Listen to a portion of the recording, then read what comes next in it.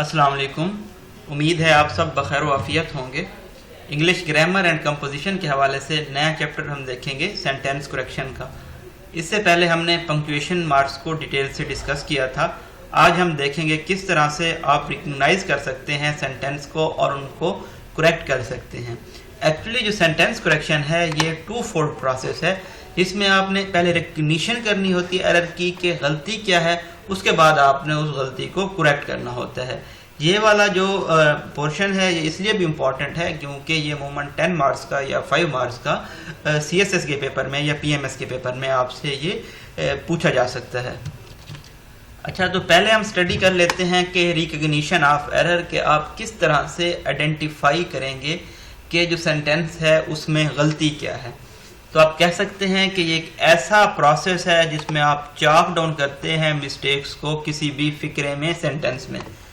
तो अगर हम इसको बड़ी कम्प्रिहेंसिवली बात करें तो हम कहेंगे सिर्फ 6 किस्म की मिस्टेक्स होती हैं जो कि कॉमन एरर्स होती हैं किसी भी सेंटेंस कंस्ट्रक्शन में। ये 6 टाइप्स हैं: error of replacement, omission, commission, grammar जिसमें टेंसेस, प्रेपोजिशन, पंक्चुएशन, आर्टिकल का इस्तेमाल, कंडीशनल सेंटेंसेस और स्पेलिंग आ जाते हैं, dangling modifier and the common supplies. अच्छा, आपने परेशान नहीं होना, हम 1 बाय 1 इन तमाम चीज़ों को स्टडी करेंगे।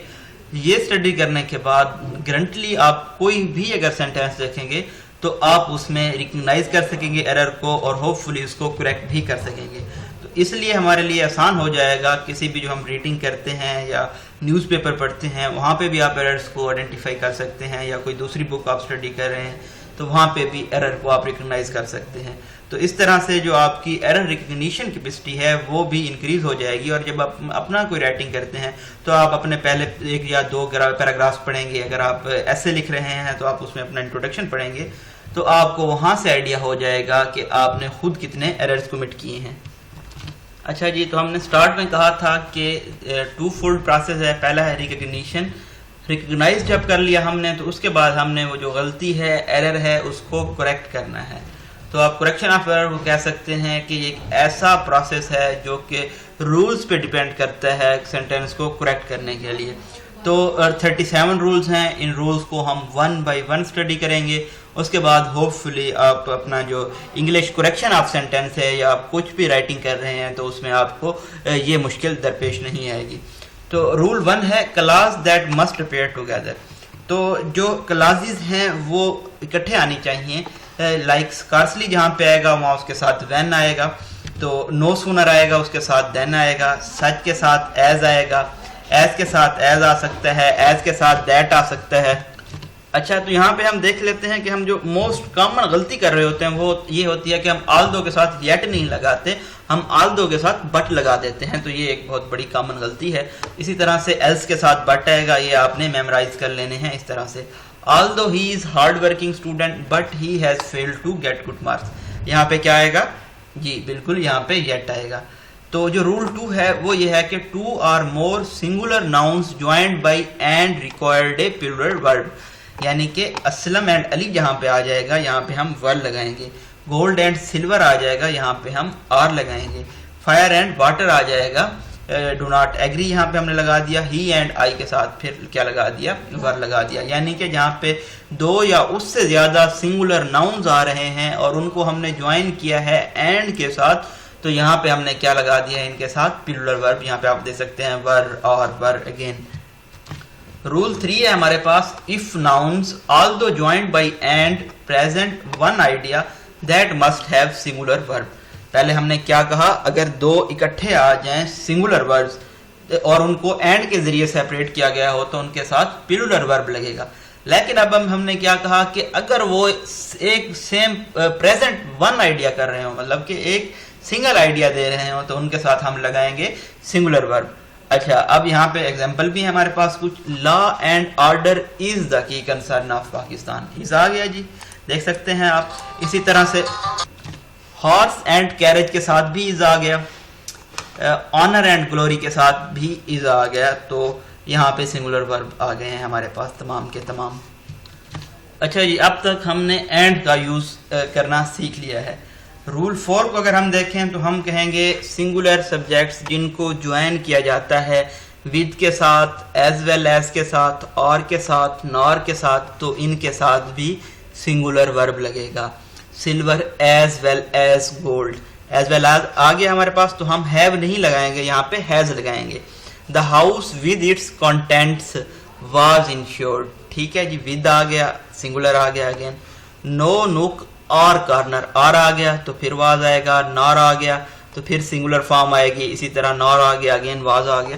तो मतलब कि जहाँ पे विद, एज वेल एज और नॉर आ गया हमारे पास, वहां पे हमने सिंगुलर वर्ब को यूज करना है। रूल 5 की तरफ आते हैं।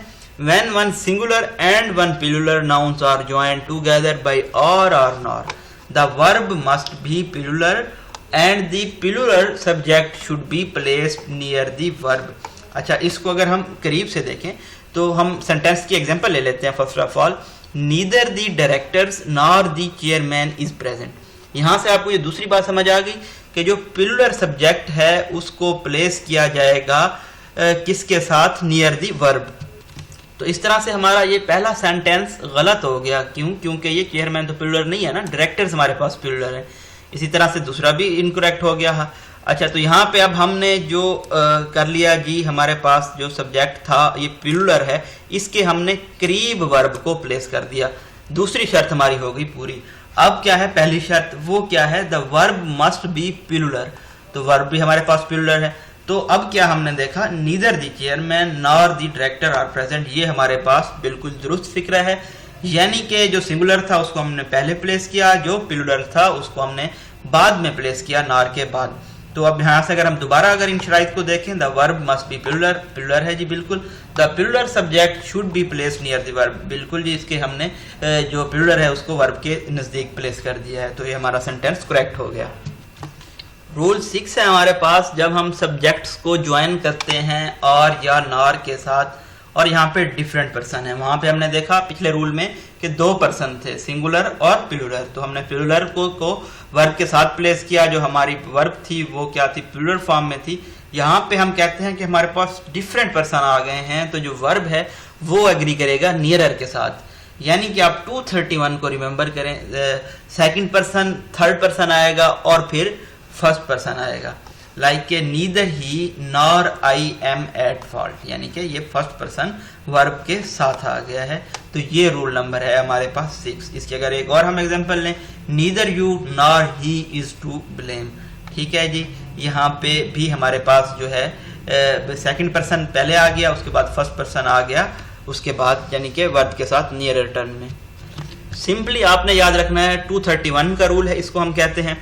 यानी कि अगर इस सेंटेंस को देखें तो ये सेकंड पर्सन है और ही इज थर्ड पर्सन है, तो ये हमारे पास 2-3 के रूल को फॉलो कर रहा है।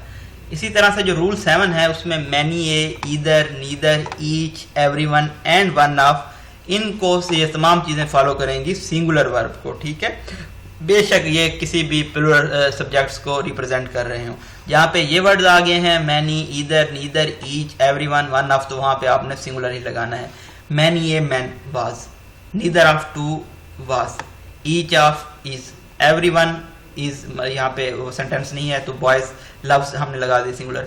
each of these substances is, one of my friend is। तो ये आपने यहाँ से सीख लिया कि यहाँ पे भी ये वर्ड आते हैं, वहां पे आपने क्या लगाना है, सिंगुलर वर्ब लगा देना है। रूल 8 है हमारे पास, जब 2 नाउन हो और क्वालिफाई कर रहे हो ईच एंड एवरी के साथ, अगरचा ये कनेक्ट हो रहे हों एंड के साथ, तो इनके साथ सिंगुलर वर्ब लगेगा। सही है। अगर आप याद करें तो हमने स्टार्टिंग के रूल में ये पढ़ा था, जहां पे एंड आएगा उसके साथ प्लूरल वर्ब लगेगा। लेकिन अब यहाँ क्या क्वालिफाई कर रहा है, ईच एंड एवरी, तो अब हम क्या लगाएंगे, सिंगुलर वर्ब लगाएंगे। एग्जाम्पल हमारे पास मौजूद है, every boy and every girl was given A pencil, each lady and each man was present. तो समझ आ गई आपको। रूल 9 है जी हमारे पास, some noun seems plural though they are not plural and they take singular verb. इसी तरह से जो हमारे पास कुछ एग्जांपल हैं, न्यूज़ जो है ये क्या है, सिंगुलर लगेगा इसके साथ वर्ब। इसी तरह से मीजल्स के साथ भी सिंगुलर लगेगा, मैथमेटिक्स के साथ भी सिंगुलर लगेगा।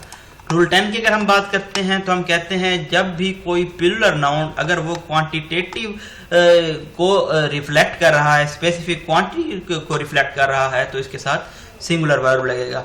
ठीक है जी। 15 minutes is allowed to each speaker, मतलब ये हमारे पास क्वांटिटेटिव है क्योंकि हमें पता है कि 15 मिनट हैं, एग्जैक्ट क्वांटिटी है, तो इसके साथ इज लगा है। अगर हम कहें ए फ्यू मिनट्स, हमें क्वांटिटी नहीं मालूम, क्वालिटेटिव हो गया ये, तो इसके साथ आर लगेगा। 10 किलोमीटर हमें मालूम है 10, तो इज लग गया, सिंगुलर लग गया। हम कहें मैनी किलोमीटर्स, कोई मालूम नहीं है कितने किलोमीटर, तो इसके साथ आर लग गया।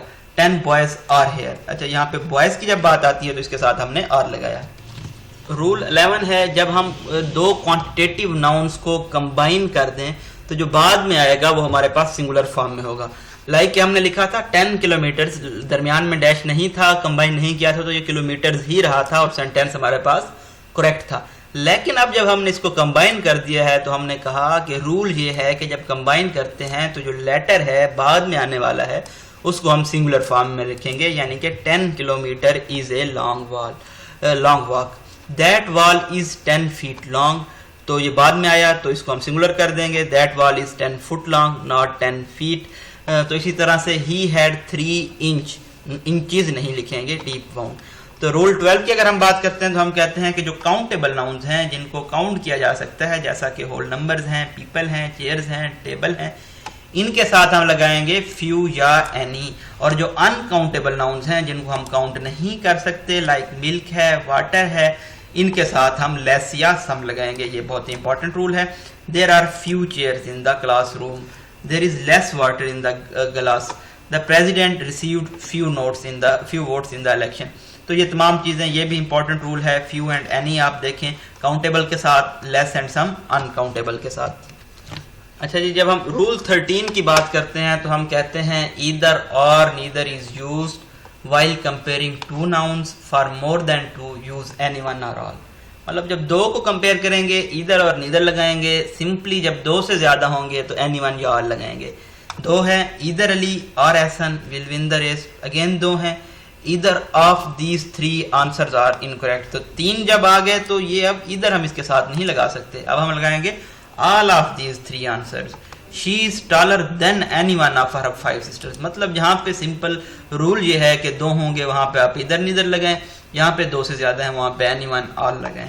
रूल 14 है कि जो सेकंड डिग्री है एडजेक्टिव की वो इस्तेमाल की जाती है जब आप दो को कंपेयर कर रहे हो। तो सुपरलेटिव डिग्री यूज की जाती है जब आप दो से ज्यादा को कंपेयर कर रहे हो। एग्जाम्पल देखते हैं, Ali is taller and wiser of my 2 sons. दो कंपेयर हो रहे थे तो एडजेक्टिव की डिग्री लगी हमारे पास, सुपरलेटिव लगेगी जब 3 होंगे या 2 से ज्यादा होंगे। Ali is tallest and the wisest of all my sons, मतलब अब नहीं पता हमें कितने हैं, 3 हैं, 4 हैं, 5 हैं, 2 से यानी कि ज्यादा हैं, तो इसके साथ हमने सुपरलेटिव डिग्री लगाई है। तो नोट यहाँ पे ये हमारे पास कि must use definite articles before superlative degree, यानी कि डेफिनेट आर्टिकल है हमारे पास दी, ये हमने लाजमी यूज करना है जब हम सुपरलेटिव डिग्री यूज करते हैं। टॉल, टॉलर, टॉलेस्ट, यहाँ पे भी टॉलेस्ट आएगा या कोई भी सुपरलेटिव डिग्री आएगी वहां पे हम यूज करेंगे दी, यानी कि डेफिनेट आर्टिकल। अच्छा, ये वही सीक्वेंस चल रही है हमारे पास। जब दो की बात आएगी तो हम बिटवीन यूज करेंगे, दो से ज्यादा की बात आएगी तो हम अमंग यूज करेंगे। रूल 16 है हमारे पास, जब हम एज को कंपेयर कर रहे होंगे दो या उससे ज्यादा लोगों की, तो उसमें हम पहला रूल ये है कि हम यूज करेंगे ओल्डर या ओल्डेस्ट जब उन लोगों को वो हम लोग सिबलिंग नहीं होंगे, मतलब कि सिबलिंग्स में आ जाते हैं आपके बहन भाई। ठीक है जी, अगर वो सिबलिंग नहीं होंगे तो हम ओल्डर या ओल्डेस्ट यूज करेंगे। अगर वो आपके सिबलिंग्स हैं तो हम उसको एल्डर या एल्डेस्ट यूज करेंगे। Ali is older than his cousin, मतलब कि कजन उसके सिबलिंग में नहीं आता तो हमने ओल्डर यूज किया। अगर सिबलिंग की बात की, Ali is elder to his sister, मतलब कि एल्डर हमने यूज किया सिबलिंग के लिए। तो ये जी आपने सीखा ओल्डर या ओल्डेस्ट का यूज और एल्डर और एल्डेस्ट का यूज। रूल 17 में सिंपली ये है कि जो लफ्ज हैं like junior, senior, Elder, inferior, superior, anterior, posterior, तो ये सिंपली हम इनके साथ टू लगाएंगे देन की बजाय। Ali is senior to Hasan, gold is superior to silver. Rule 18 है फार्मर और लेटर का, हम यूज करते हैं इनको जब दो चीज़ों को मेंशन किया जाए। ठीक है जी, और जब दो से ज़्यादा चीज़ों को हम मेंशन करेंगे तो हम फर्स्ट और लास्ट यूज़ करेंगे। ऑफ अली एंड अहमद, दो चीज़ें हैं, दो नाम हैं, तो हमने क्या कहा, the latter is better speaker. तो अगर हम दो से ज़्यादा चीज़ें हों लाइक के of T, coffee and Coca, तो हम कह लेंगे कि जो लास्ट है वो फेवरेट है, मतलब कि हमने दो के लिए फॉर्मल लेटर यूज़ किया, दो से ज़्यादा हैं तो हमने यूज़ कर लिया फर्स्ट और लास्ट। लाइक हमारे पास एडवर्ब के तौर पे यूज़ होता है, ना कि कंजंक्शन के तौर पे। जिस तरह ये सेंटेंस है हमारे पास, he speaks like his father, तो यहाँ पे सेंटेंस कंप्लीट हो गया, हमें दोबारा डज लगाने की ज़रूरत नहीं है क्योंकि ये हमारे पास लाइक जो है कंजंक्शन नहीं है, ये हमारे पास एडवर्ब है। इसी तरह से ही स्पीक्स लाइक हिज फादर, तो यहाँ तक एनफ है, सही है, यानी कि हमने लगा he speaks like his father. अगर आपने लाइक हटा दिया तो फिर आप लगाएंगे he speaks as his father does. तो इसी तरह से रूल 20 है हमारे पास, never leave the participle verb without proper subject. Like हमने क्या कहा, he is my student can get position in CSS, कोई इसका सेंटेंस का मीनिंग नहीं बन रहा। He is my student, he can get है, यहाँ पे आप लगा सकते हैं। Smoking in the market, I instantly met my father, मतलब इन सेंटेंसेस का कोई हमारे पास मीनिंग नहीं बन रहा, तो हम कह रहे हैं कि किसी भी पार्टिसिपल को किसी भी प्रॉपर सब्जेक्ट के बिना नहीं छोड़ा जाना चाहिए, वर्ब के साथ हमारा सब्जेक्ट लगाना बहुत ज़्यादा ज़रूरी है। अच्छा जी, अब हम थोड़ा देख लेते हैं कंडीशनल सेंटेंसेस को। Conditional sentences are used to speculate about what could happen, what might have happened and what we wish would have happened. तो इंग्लिश में जो मोस्ट सेंटेंसेस हैं वो उनमें कंडीशनल सेंटेंस के साथ वर्ड इफ भी शामिल होता है। अच्छा जी, अब हम एक टेबल देख लेते हैं। ये टेबल बहुत ज़्यादा इंपॉर्टेंट है कंडीशनल सेंटेंसेस को समझने के लिए। स्टार्ट में क्या लग गया, इफ लग गया तो कंडीशन लग गई साथ में। जीरो कंडीशन क्या है, if you stand in the rain you get wet, ठीक है। If you heat ice it melts, ये एक समझे आप यूनिवर्सल ट्रूथ्स हैं। तो हीट करेंगे आप आइस को तो जो मेल्ट करेगी, आप रेन में खड़े होंगे तो आप वेट हो जाएंगे। तो प्रेजेंट सिंपल के साथ ये हमारा क्या लग गया जी, प्रेजेंट सिंपल ही सेंटेंस लग गया। तो हम कह लेते हैं कि इनका जो इस्तेमाल है, facts which are generally true or scientific facts, the condition always has the same result. मतलब कि प्रेजेंट सिंपल के साथ प्रेजेंट सिंपल सेंटेंस ही आपने लगाना है जब क्या हो, फैक्ट्स हमारे पास ट्रू हो या कोई साइंटिफिक फैक्ट हो। अच्छा, इसको हम क्या देते हैं, जीरो कंडीशन। जब हम बात करते हैं फर्स्ट कंडीशन की तो हम क्या कहेंगे, if it rains we will cancel the trip, ठीक है जी। दूसरी हमारे पास एग्जांपल क्या है, if you study you will pass the exam. अच्छा जी, इसका इस्तेमाल अगर हम देखें तो हमने कहा कि एक पॉसिबल सिचुएशन है फ्यूचर में और हम प्रिडिक्ट कर रहे हैं इसका कोई लाइकली रिजल्ट, तो ये हमारे पास फर्स्ट कंडीशन अप्लाई हो गई। मतलब कि अगर रेन हुई तो हम अपना प्लान जो है कैंसिल कर देंगे। मतलब प्रेजेंट सिंपल के साथ, अगर यहाँ पे आप देखें प्रेजेंट सिंपल है, इसके साथ आप लगा दें विल या वोंट लगा दें, प्लस वर्ब लगाएंगे आप, we will cancel, you will pass. Second condition हमारे पास क्या है जी, वो है हमारे पास कि हाइपोथेटिकल या अनलाइकली कोई सिचुएशन हो, अनरियल या इम्प्रोबेबल सिचुएशन हो फ्यूचर में। तो हम इसको देखते हैं कि पास्ट आया स्टार्ट में, if I won the lottery, अगर मैंने लॉटरी जीती होती, I would travel a lot, ठीक है, यहाँ पे आप वुड लगाएंगे। If they sold their house, अगर उन्होंने अपना घर बेचा होता, दे वुड बी रिच, यहाँ पे अगेन हम वुड लगाएंगे। यहाँ पे प्रेजेंट सिंपल आया तो हमने क्या लगा दिया, विल लगा दिया। पास्ट आया हमारे पास, वुड लगा दिया। थर्ड कंडीशन क्या है, अगर पर्सन इमेजिनिंग कर रहा है कोई डिफरेंट पास्ट, इमेजिन कर रहा है ऐसी सिचुएशन जो कि नहीं हुई थी। इफ यू हैड स्टडीड, अगर तुमने पढ़ा होता, वुड आ गया, पास्ट परफेक्ट हैड आ गया, हमारे पास पास्ट परफेक्ट सेंटेंस आ गया, तो इसके साथ हमने वुड हैव लगा दिया। You would have pass the exam, if I had not been sick I would have gone to the your party. अगर हम सिंपली इसको देखें तो हम कहेंगे जीरो कंडीशन में अगर कोई यूनिवर्सल ट्रूथ है, प्रेजेंट सिंपल के साथ प्रेजेंट सिंपल लगेगा। इफ के साथ अगर प्रेजेंट सिंपल सेंटेंस है, आप इसके साथ सिंपली विल लगा दें। पास्ट सेंटेंस है, आप इसके साथ वुड लगा दें। पास्ट परफेक्ट सेंटेंस है, आप इसके साथ वुड हैव लगा दें। अच्छा, रूल 21 है हमारे पास, जो सिंपल पास्ट है उसको हम यूज करते हैं फार पास्ट के साथ, जो माजी बहुत दूर हो। जब माजी बहुत करीब हो तो हम उसके लिए प्रेजेंट परफेक्ट यूज करते हैं। He has delivered a lecture yesterday, ये माजी पीछे चला गया तो हम सिंपल पास्ट यूज करेंगे, he delivered a lecture yesterday. Continuous as well as perfect continuous is used to convey action in progress. He is delivering a lecture since 5 p.m. तो हमने क्या कहा, हम परफेक्ट कंटिन्यूअस यूज करेंगे अगर हम कोई भी ऐसा काम हो जो प्रोग्रेस में हो, तो हम क्या कहेंगे, he has been delivering a lecture since 5 PM। ये हमारे पास करेक्ट सेंटेंस होगा। इसी तरह से रूल 22 है, जो मॉडिफायर्स हैं उनको प्लेस किया जाना चाहिए near the word they intend to modify, उस लफ्ज के करीब जिसको वो मॉडिफाई करना चाह रहे हैं। यहाँ पे आप देखें, only the president can dissolve assemblies in Pakistan, the president can only dissolve assemblies in Pakistan. तो यहाँ पे आप दोनों जगह यूज कर सकते हैं जहाँ पे आप एम्फसिस करना चाहें सेंटेंस के ऊपर। रूल 23 है हमारे पास, two negatives do not make a sense, avoid using them. मतलब कि हम दो जो नेगेटिव होंगे उनको एक साथ यूज नहीं कर सकते। आप ये एग्जांपल देखें, I have not got none, दो नेगेटिव हो गए नॉट और नन, तो इसकी जगह पे आप एनी यूज करेंगे, आई हैव नॉट गॉट एनी। इसी तरह से I could not find it anywhere, ये आप यूज करेंगे, ये करेक्ट सेंटेंस है। आप नॉट के साथ नोवेयर यूज नहीं कर सकते क्योंकि ये दो नेगेटिव हो जाएंगे। रूल 24 है हमारे पास, do not use negative sentences after unless and until. ठीक है, अनलेस एंड अनटिल बजाते खुद नेगेटिव हैं, तो इनके बाद आप नेगेटिव सेंटेंस यूज नहीं कर सकते। You can never succeed until you do not work hard, not नहीं यूज कर सकते। You can never succeed until you work hard, ये हमारे पास करेक्ट सेंटेंस है। इसी तरह से अनलेस का आप इस्तेमाल देखें, unless you do not apologise I shall punish you, यहाँ पे आप नॉट यूज नहीं कर सकते। Unless you do apologise I shall punish you, ये हमारे पास करेक्ट सेंटेंस है। रूल 25 है कि जो एब्स्ट्रैक्ट नाउन्स हैं उनका कोई प्लूरल नहीं होता। एब्स्ट्रैक्ट कौन से हैं, लाइक करेज, विजडम, ऑनेस्टी। अच्छा, who is subject, whom is object, whose is possessive. For non living we shall use which and that, not who, ये इंपॉर्टेंट है जी। नॉन लिविंग के लिए आपने विच और दैट इस्तेमाल करना है। रूल 27 है हमारे पास कि one must be preceded by one and one's not by him. They must focus on his studies and individual must focus on his studies. One must boost of his great qualities. तो यहाँ पे क्या आ गया, his आ गया, they आ गया तो there आएगा। ठीक है, one आ गया अब हमारे पास, तो यहाँ पे हम यूज करेंगे one must boast one of one या one's great qualities।